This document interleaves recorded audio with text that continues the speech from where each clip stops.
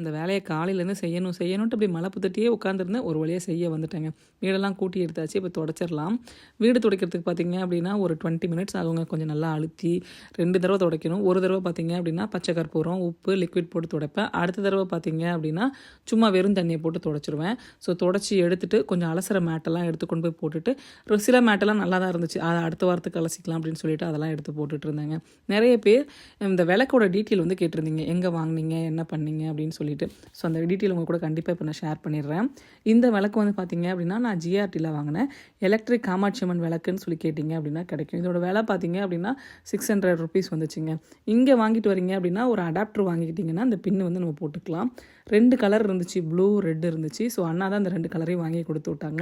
இங்கே வந்ததுக்கப்புறம் தான் இந்த கலரில் இருக்குன்றதே எனக்கு தெரியும். ஸோ எனக்கு இது ரொம்ப பிடிச்சி தான் நான் வந்து வாங்க சொன்னேன். ரொம்ப ரொம்ப நல்லா இருக்குங்க. ஸோ ஃபார் ஸோ குட் அப்படின்னு தான் சொல்லுவேன். 1 மாதமாக எரிஞ்சிட்ருக்கு.